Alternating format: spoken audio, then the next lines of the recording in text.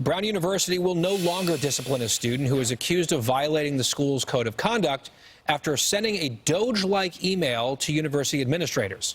Oh, this is so great. In the email, Alex Shieh, who was a reporter with a school paper, asked staff to, quote, 1, explain your role, 2, describe what tasks you performed in the past week, and 3, explain how Brown students would be impacted if your position was eliminated, and 4, comment on your current rating in our database.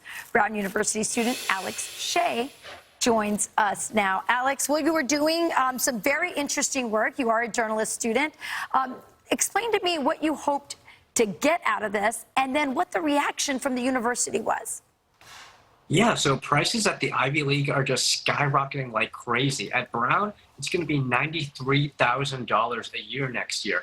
And part of the reason why costs are growing so drastically across the board is because of the number of administrators. Now, I'm not talking about the professors here that teach your classes. I'm talking about people that sit at a desk in some administrative building and they write memos and they fill out spreadsheets. And there's 3,800 of them at Brown. And that's just insane. Since we're a small school, we've only got about 7,000 undergrads.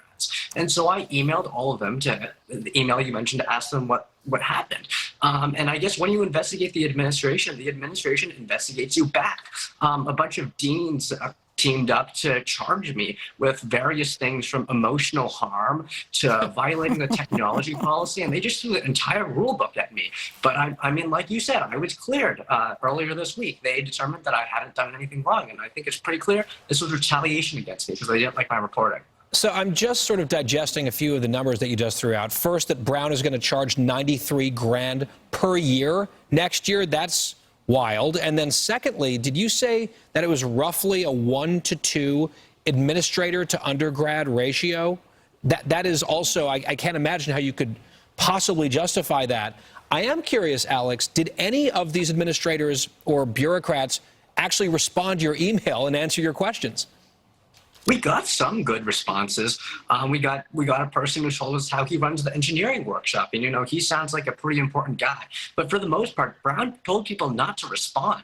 And most of the communication that we got back was hostile. Like this dean charged not only me, but the entire board of my newspaper, the Brown Spectator. Do you know why? Because she said that naming ourselves the Brown Spectator is a trademark violation, even though there are a bunch of other student newspapers too that use the word Brown in their name. So it's pretty clear that this is just very flimsy, and they're covering up their antitrust violations. Congress is investigating Brown and the rest of the Ivy League now for price fixing and other violations of the Sherman Antitrust Act. I think it's pretty clear that there's something fishy going on here. They're trying to silence people who are exposing it.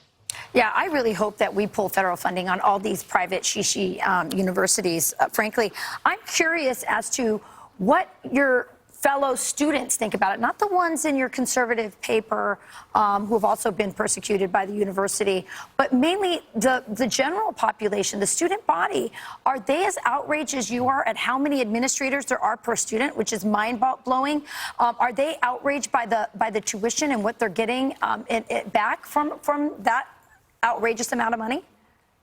Well, I think they fall into two camps. I think first, there are the reasonable ones who are like, yes, this is absolutely outrageous. There are way too many administrators. But I think a lot of people, I mean, you have to understand that a place like Brown is disproportionately wealthy. Like, it's full of a bunch of rich kids. It's supposedly the richest of all the Ivy League schools. And so something that I have heard a lot is if $93,000 is too much for your shot at the American dream, go somewhere else. And I think that's a really discouraging message because I'm incredibly fortunate that my family can afford to pay such an outrageous sum for what is supposed to be a ladder to economic opportunity. But a lot of kids can't afford that. And then Brown is price fixing on their financial aid. So sometimes these financial aid packages aren't enough. And I think this is what happens when you have elitism gone amok, is that people are like, hey, $93,000, that's not a lot. If you can't pay that, go to community college. And I mean, I think that we really need to be working on making the American dream more accessible so that everybody has a chance at it. Well, we certainly shouldn't be subsidizing these schools. They make enough money.